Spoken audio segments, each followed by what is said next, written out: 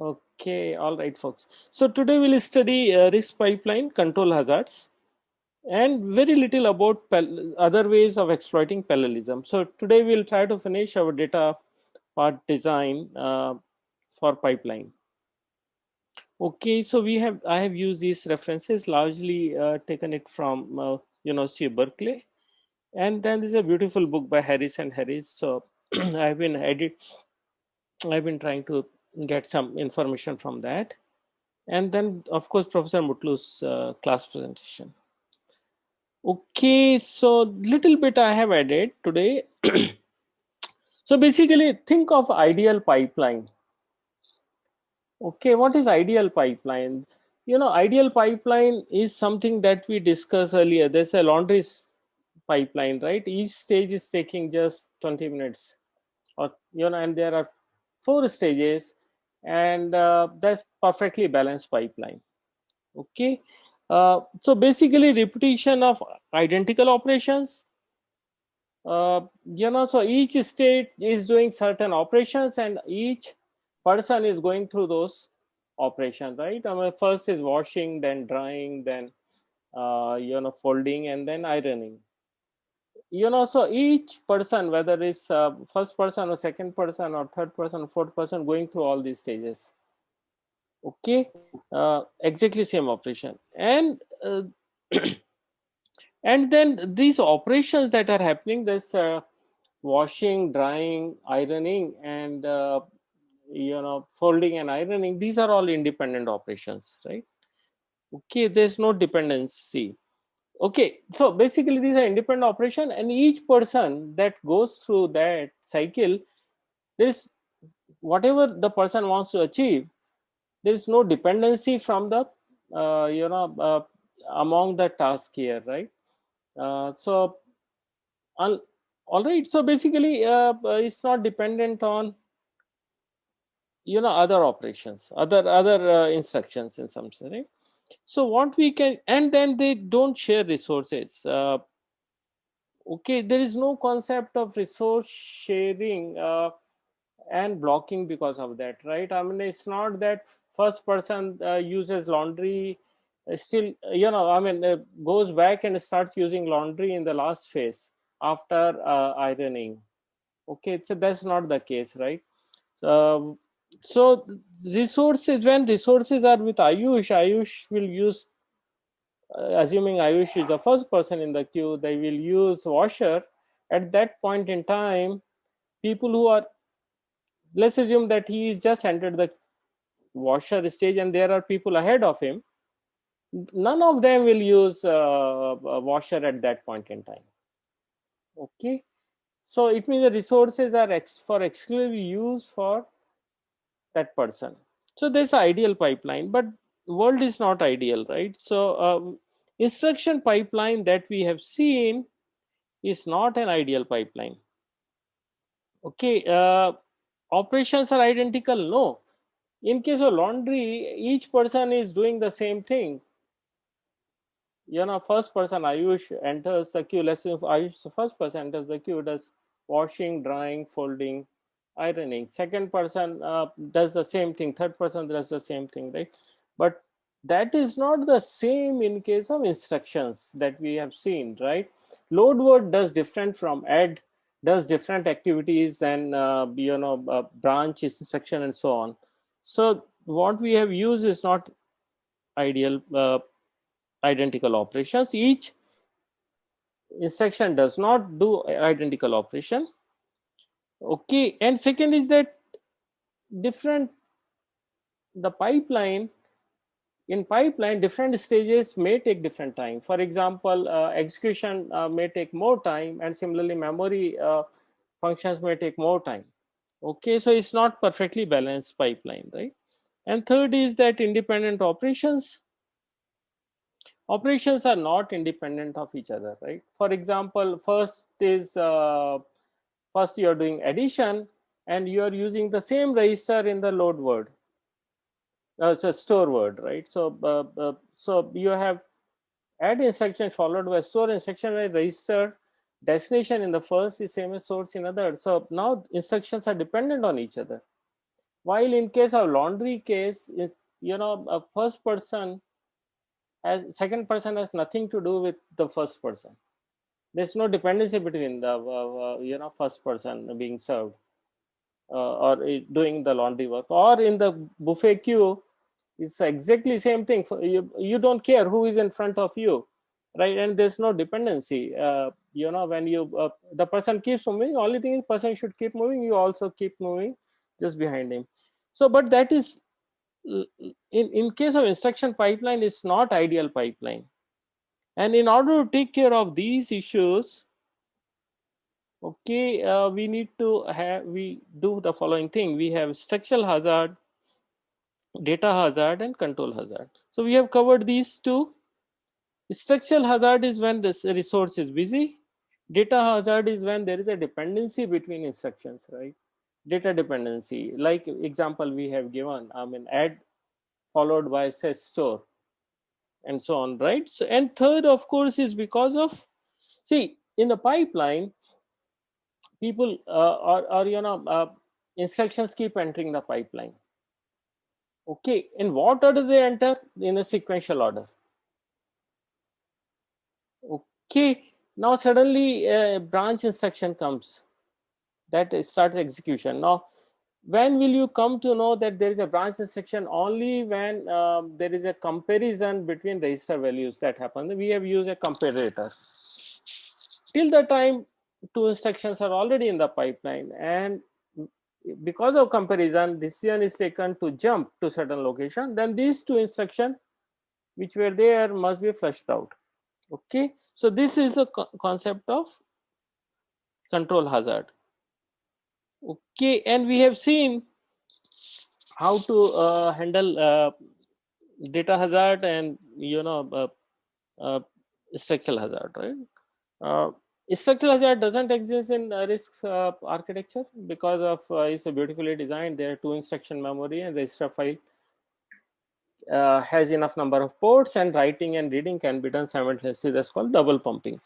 Okay, data hazard can be handled by inserting knobs or rearranging code at the compile time, and we can use forwarding, and then we stall the pipeline at runtime. Now note that stalling, when you use word stalling, we can do software stalling, which is nothing but knob, or hardware stalling. Okay. Okay, so what is the hardware stalling? See, when we say that, suppose we have add instruction which is writing to a register which we are reading in the next instruction. Say we are doing, say for example, we are doing a store word. Okay, from that register to location. Now what is to be done here? We need to stall the pipeline such that reading of the register for the second instruction doesn't happen until first instruction writes into register. So it means that we are stopping all the stages before that stalled instruction, where the stalled instruction is, which is a decode stage. All the pipelines stages before that, and let instruction move forward. The other instruction which are in the pipeline before this instruction move forward. Okay, so this concept is, so I decided to add this because I was not sure whether you it's very clear to you. So one example you can think of is, you are in the buffet line. Okay, and then there are person in front, few people in front of you, and suddenly suddenly okay. So I would give but yeah. One game. You think another Uber was Okay. All right.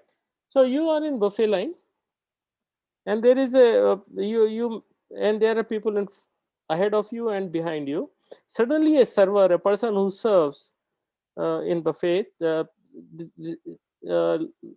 finds out that dishes are running out, or some, maybe for example, next person is you taking rice, and then the server finds out that there's not enough rice left out, right? So what will he do? He will stop you from progressing and let people in front of you progress. Okay, and then after some time you're allowed, when dish is refilled, and then you're allowed to move. This is exactly what happens in case of hardware stall. Before the hardware is stalled stage, the people are behind that are asked to stop, and all the instructions which are in front are allowed to execute. All right, any question?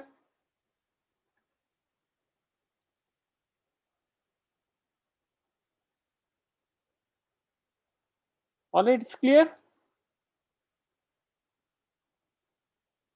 Okay, so today we'll study in brief these topics: control hazard, and how do we handle control hazard, because very tricky. And then we look at, if time is left out, then we look at the superscalar architecture and how to exploit parallelism. Okay, guys, you are there? Yes, sir. Okay, all right. So, okay, so the question is that when we are executing initially a normal order, then a PC should be PC plus 4. That we know, right? PC becomes PC plus 4. Next instruction in case of RISC, or the next instruction. All right. So what happens is that if the fetch instruction is non-control flow instruction, that is not branch instruction, then of course you get the next, when you decode the instruction and finds out it's a normal instruction, then of course the next instruction in the pipeline should be the instruction that follows, which is PC becomes PC plus 4. Okay. What happens when you at the decode stage, you find out that the instruction is branch instruction. Now, when you decode it and the control unit finds a branch instruction, then it doesn't know at that point in time whether branch will be taken or not, because it depends on data values, right? We are comparing, say, two registers. For example, we are running DEQ. Okay, say R1, R2, and then label, jump label, right? Now, until we compare this in comparator, in pipeline, we don't know, branches to be taken or not. All right. And so what can happen is that then we pipeline will let enter the next two instructions. And when a comparison happens and find out there is a branch, then the instruction which I wanted must be flushed out. Now, flushing out is different from stalling. Flushing out is basically removal from the pipeline. Okay. Okay, so this is called control hazard. So it happens because of this kind of instructions which can take decision about the next instruction to be executed. Okay, which are control flow instructions. So fetching next instruction depends on branch outcome, and pipeline can't always fetch the next correct instruction because results are not until end of execution. Okay, and one simple solution is that stall on every branch instruction until we have new PC value. It means that as soon as you find out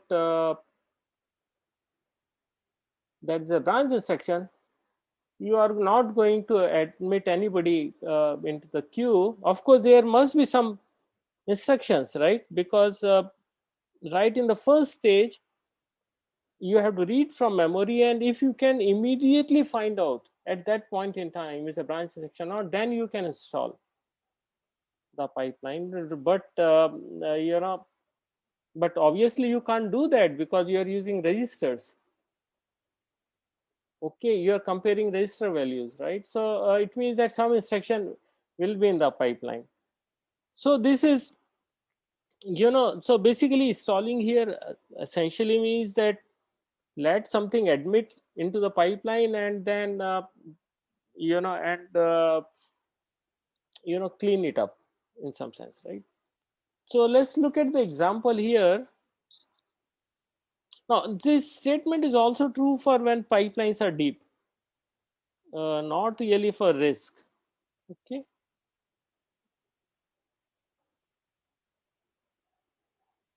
Okay. So basically what we need to do in case of branch, so let's look at it, right? So now you tell me how many instruction after BUQ will be affected, after this will be affected by the control hazard. So this is, let's assume that this condition is met, branch on equal to, both registers are equal to, then how many instructions after this will be impacted? Anyone?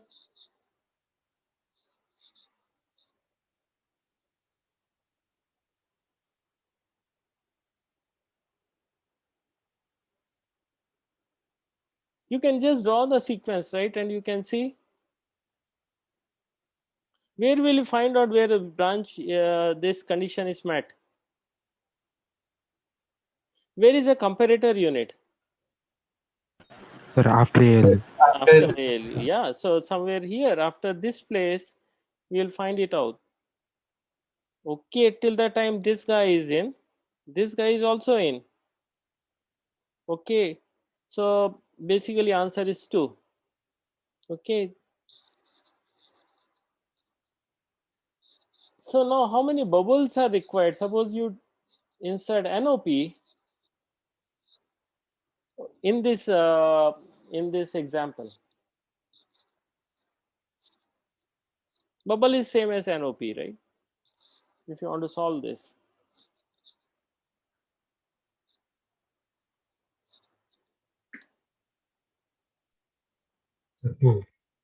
So basically what's happening here, these two, yeah, so basically two instruction is to be uh, taken care of.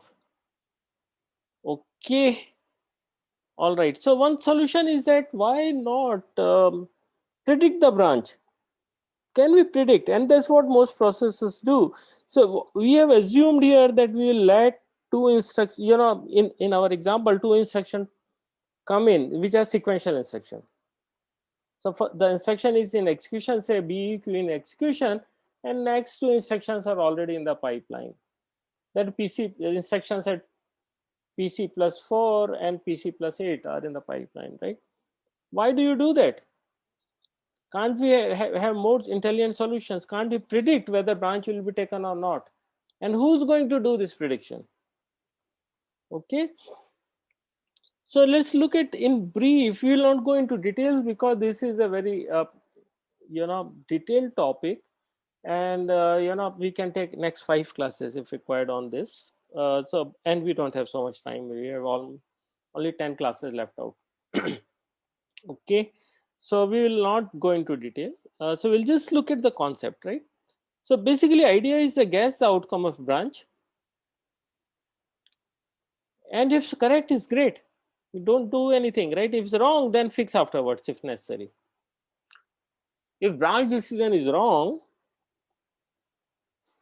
then whatever instruction have you entered needs to be removed from the pipeline. All right. So the question you may have to ask is that how many instruction we do end up in fleshing it out.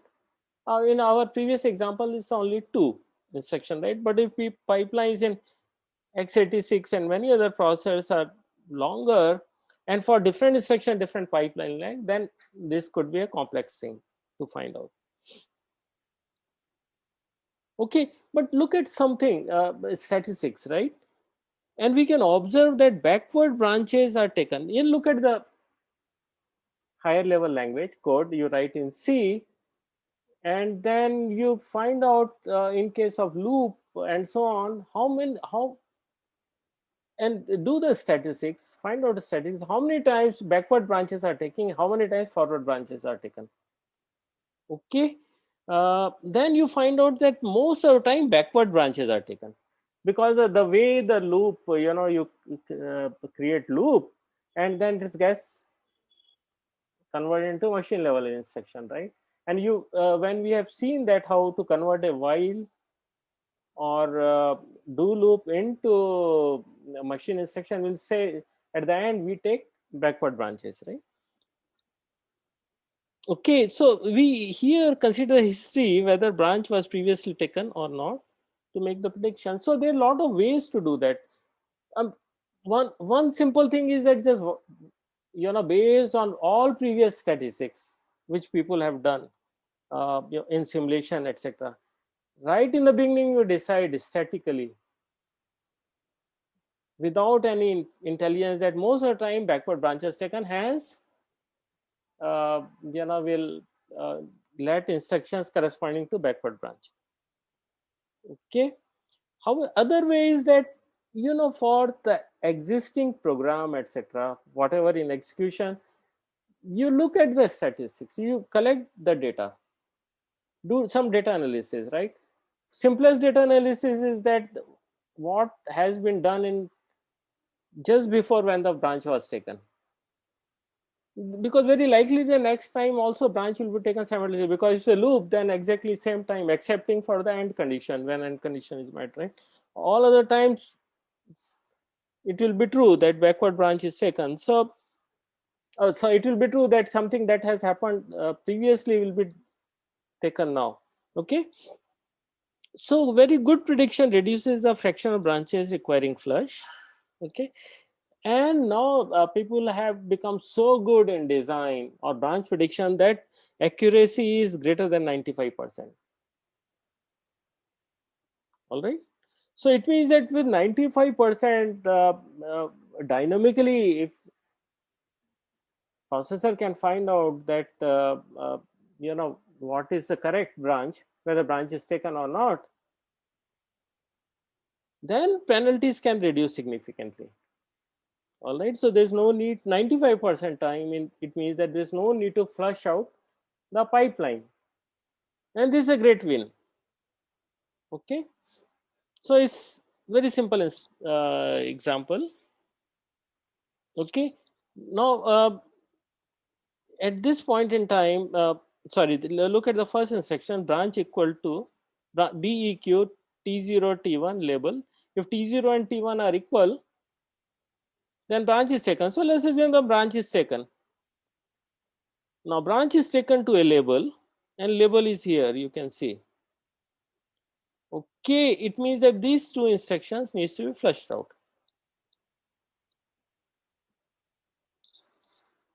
Okay, note that flushing out will require extra logic, hardware logic. Okay, note that this is different from stalling. Can we have an example of real life example of okay, can we have real life example of flushing out? Again, look at your buffet queue and you are progressing, and there are only 2 people or 3 people behind you. Suddenly the server realizes that you are the wrong person, you should you have come to the wrong queue, and you are, or maybe you are not eligible for food because you just random queue whatever, right? Although you think it's your right to be there, but you have just entered it in the queue, and the server realizes that no, you should not be. So and then people behind you also should not be, so they are asked to go out, and then some VIP or something enters the queue. Okay, in earlier case when we were installing it, hardware install was there, then you were asked to stop until resource becomes available, and all people ahead of you were asked to move ahead, right? But now you are asked to get out of the queue, and then eligible person will come into the queue. All right, okay, any question?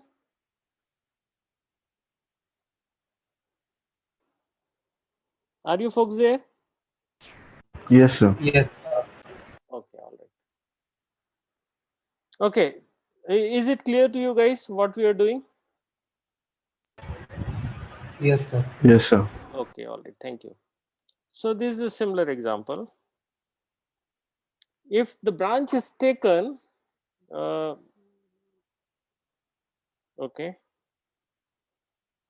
if the guess is that branch taken, okay, guess is correct, branch prediction guess is correct, then you simply next instruction to be executed is which is at the level. Okay, say what happens here, right? So you guess that the guess is that the branch is taken, and you admit the instructions from that branch, that instruction onwards, right? That level onwards, and but you come to know that branch is decision is correct or not only after, only when the comparator is here, only at this stage. Okay, and when you know the decision is correct, then you don't do anything, you just let it, and then execution progresses, right? Then so on, next instruction will also be admitted after that, and so on, right? Okay, so this is the case where guess is correct, and earlier was the case where guess was wrong. Okay, had they decided, okay, had the guess is that branch is taken and all this instruction admitted at this point in time, here it is found out that guess is wrong, then we would have to flush out these instructions. All right. Okay, now let's look at the impact of wrong branch prediction or correct branch prediction, right? Ideal pipeline processor, in ideal pipeline, cycles per instruction is 1,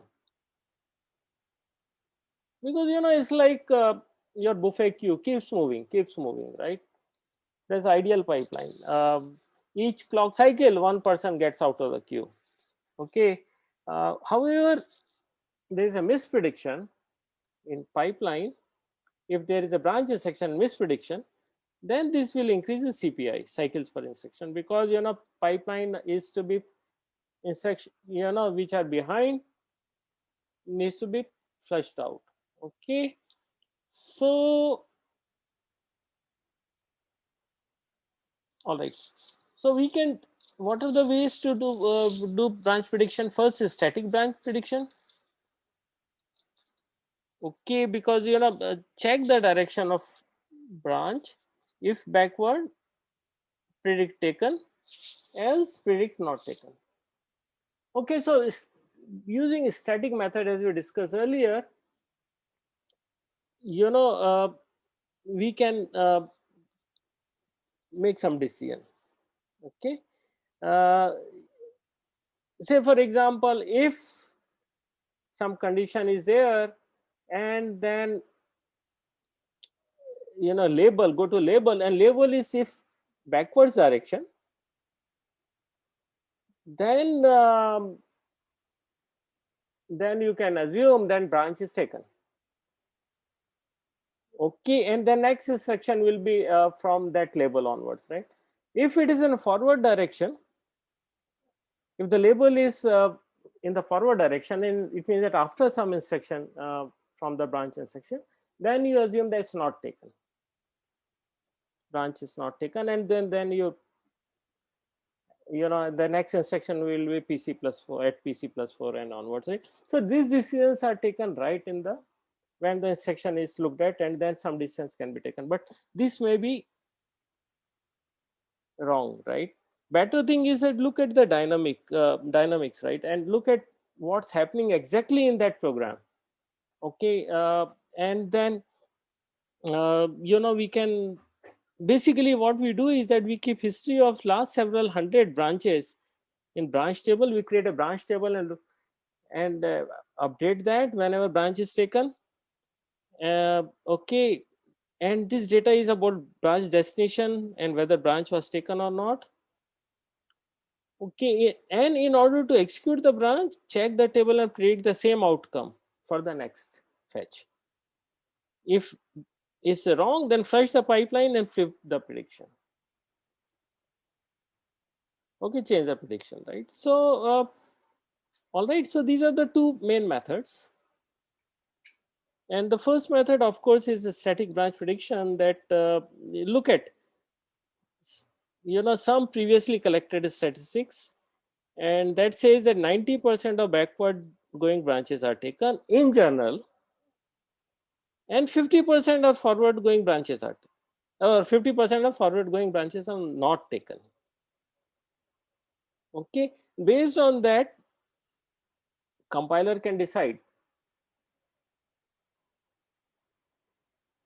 Now look at that, all these things are happening at compile time, right? And compiler can then inform the processor. The question I have to you is that this one, how does the compiler inform this to processor?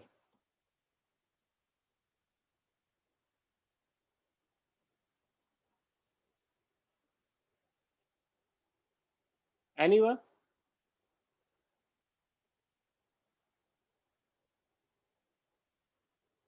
So compiler can decide whether branch is forward.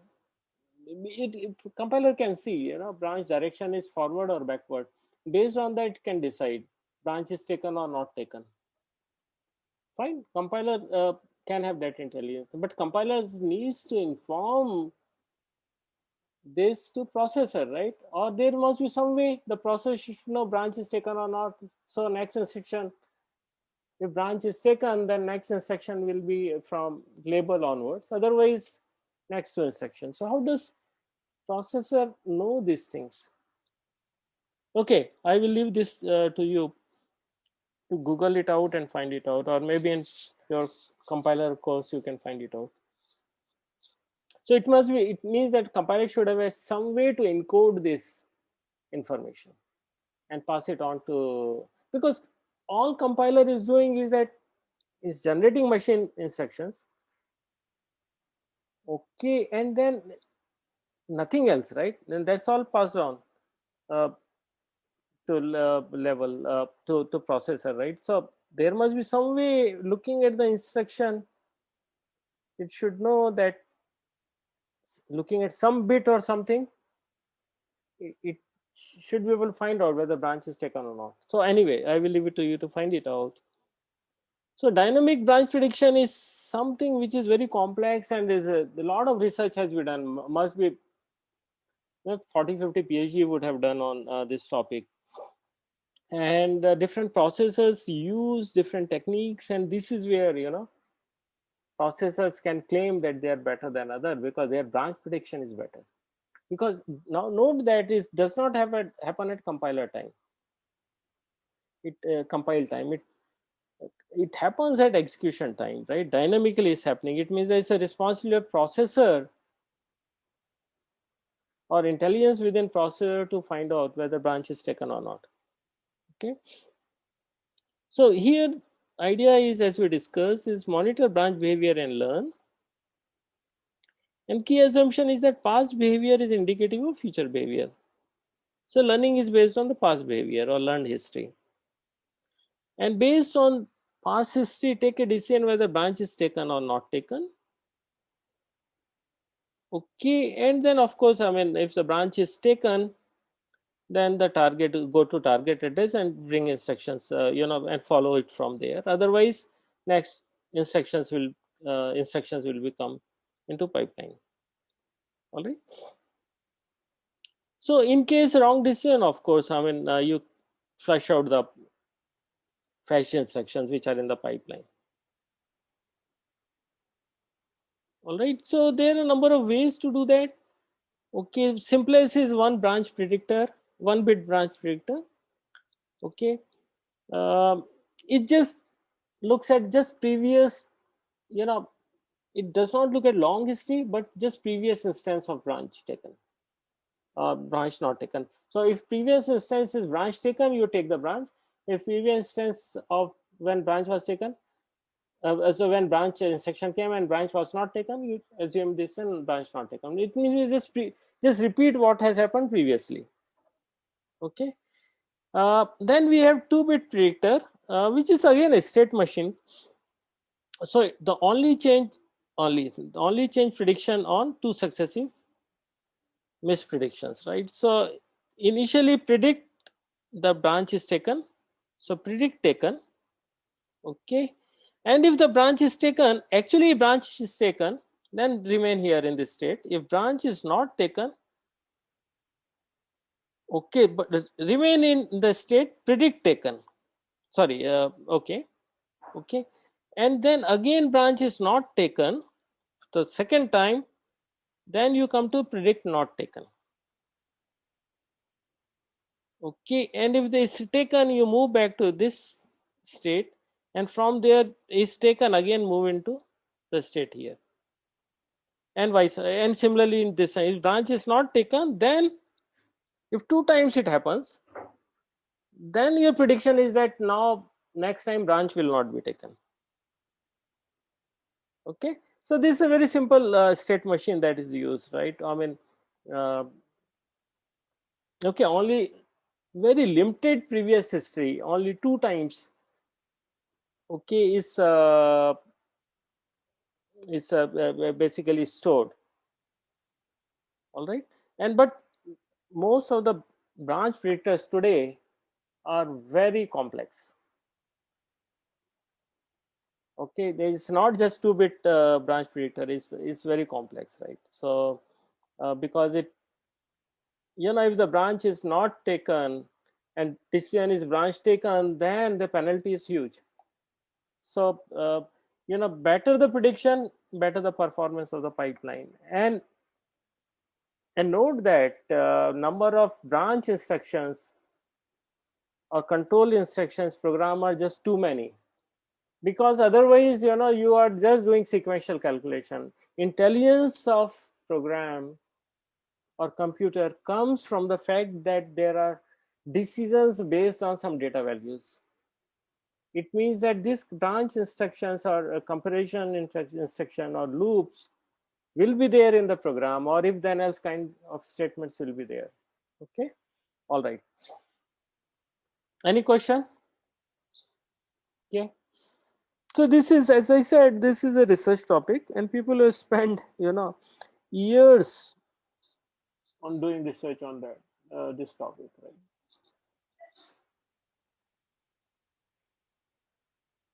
A lot of dependency. There are a lot of dependency on a higher level language, how you design that, how you convert that. Lot of dependency also on code generated by compiler.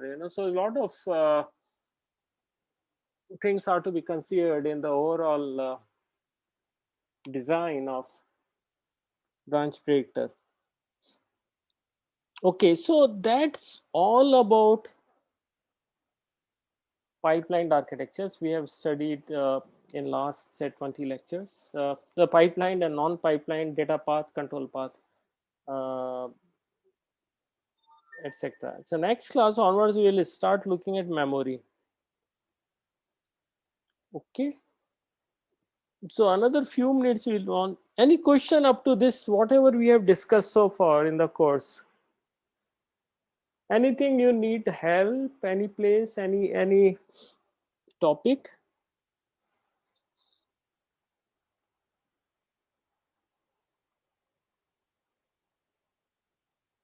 So we have spent significant amount of time into data path and control design, more on data path, right? Because, and that too for RISC architecture, and hence it's very simple. For RISC architecture we can visualize it, and it's very simple. I mean, had we studied x86, things would have been very complex, because pipelines are of, could be of different length, and different instructions will take different cycles and so on, right? So and there are a lot of additional kind of stalls that can happen. We have seen only few ways in which pipeline can be stalled.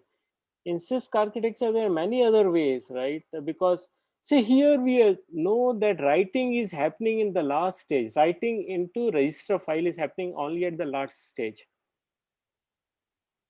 Okay, write back stage, right?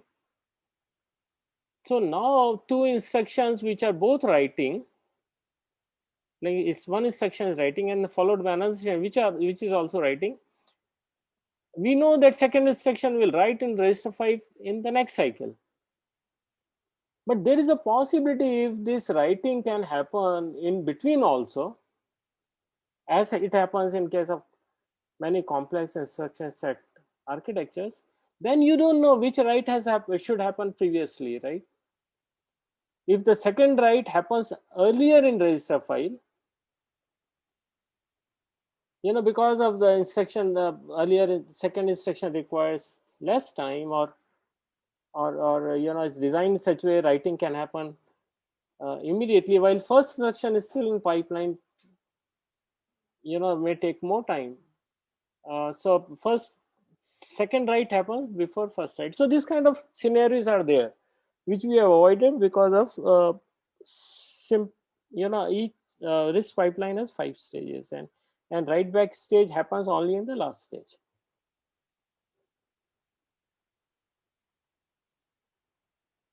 Okay. All right. So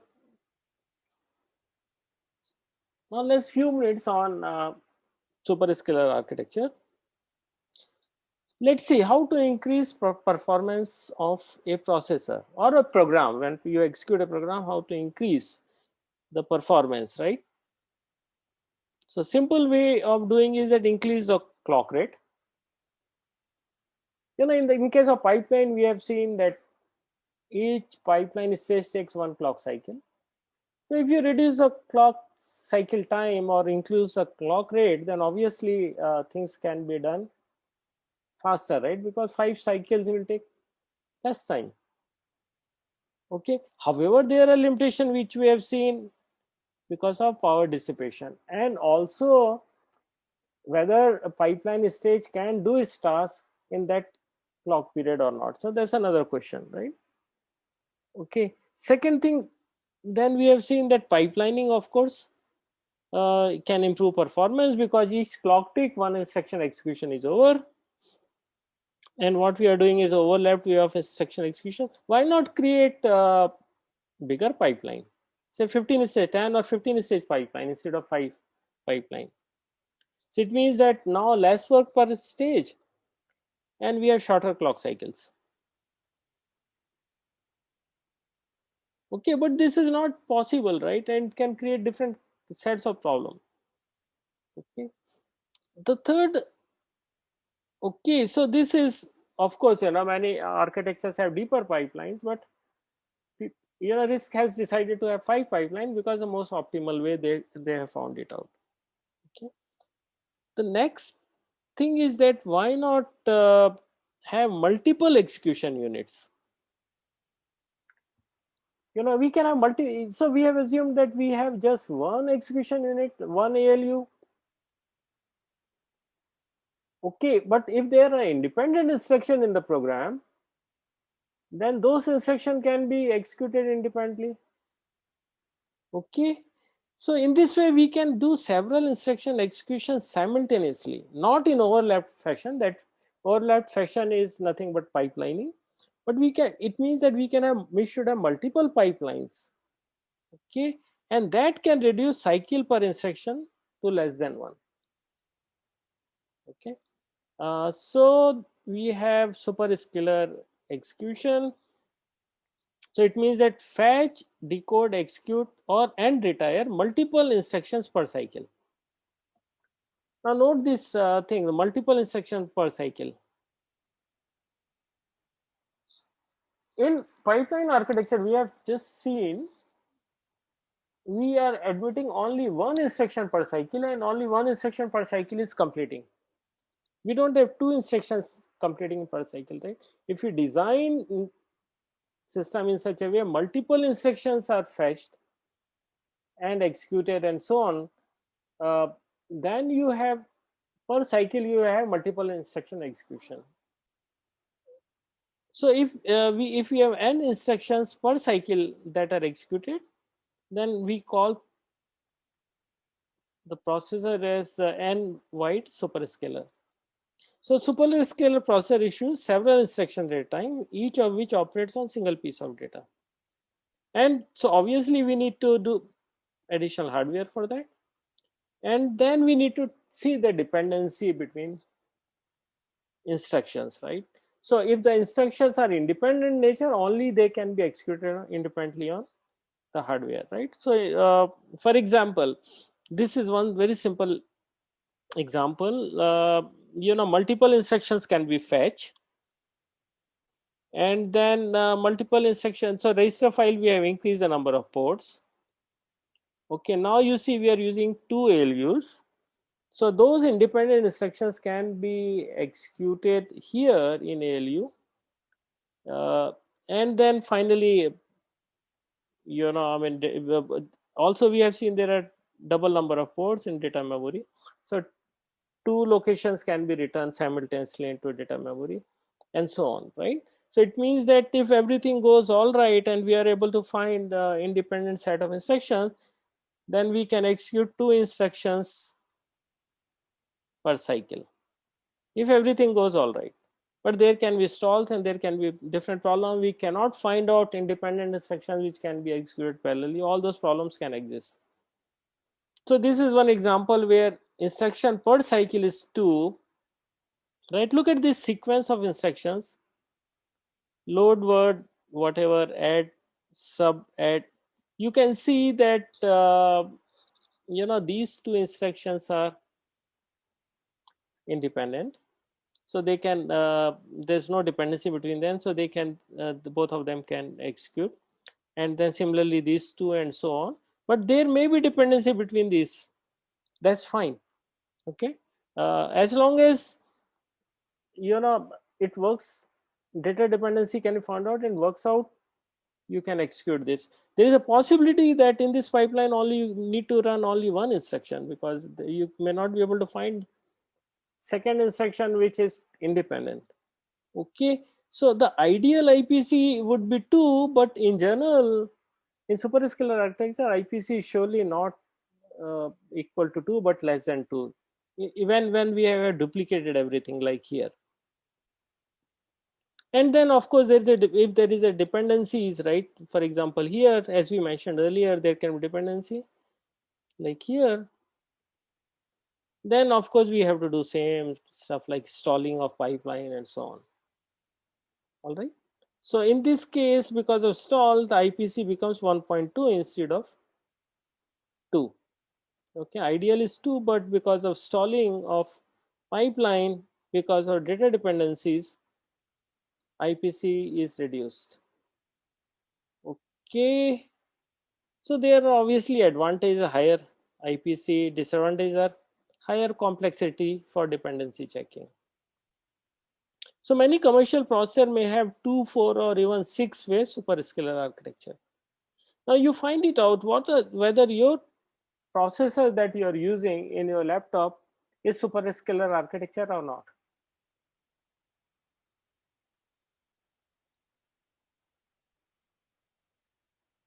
Okay, this topic we'll cover later, but for the next 2 minutes I will try to complete this. Okay, so this diagram we have seen, right? This shows a Moore's law. Okay, and we are seeing the number of cores are increasing, and because the number of cores, we have parallelism available, right? So it means that multiple parallel programs can execute in number of cores, or multiple threads of a program can also run on multiple cores.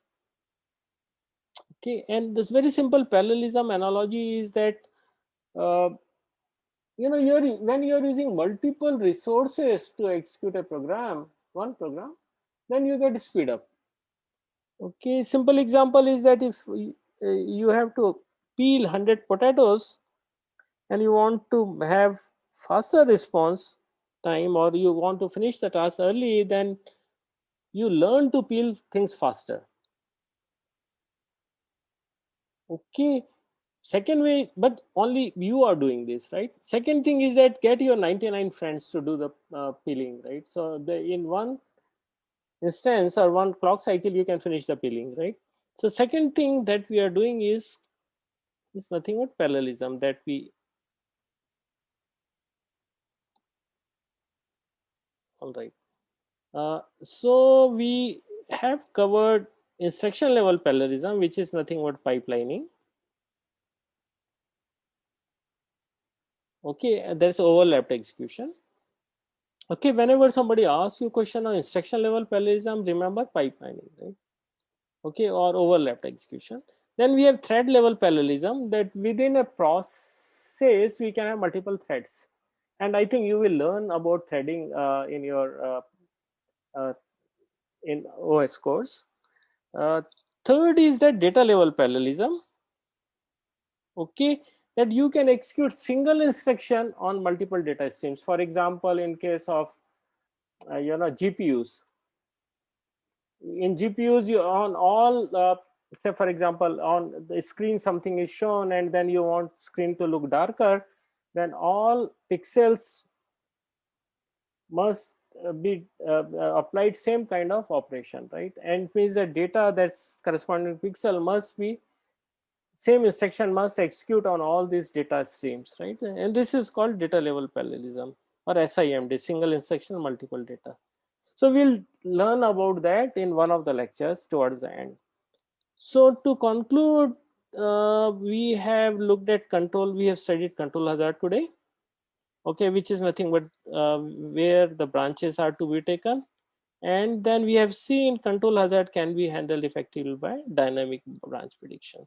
And for very short time, we have also discussed that if you further want to improve performance, where a number of instruction executed per cycle is okay, basically how many each every cycle you want to increase CPI less than one or number of instructions per cycle more than one, then you can go superscalar way.